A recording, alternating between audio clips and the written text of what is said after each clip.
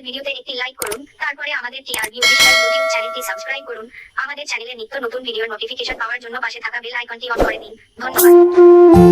কষ্ট তখনই লাগে যখন নিজেকে নিয়ে ভাবি, মিথ্যা মানুষকে প্রাধান্য দিয়ে নিজেকে অনেক অবহেলা করেছি। অনেক কথা, অনেক স্বপ্ন, অনেক গল্প বলেছি মিথ্যা কাউকে। মিথ্যা ভালোবাসায় জড়িয়েছিলাম আমার জীবনের অনেক গুরুত্বপূর্ণ সময়।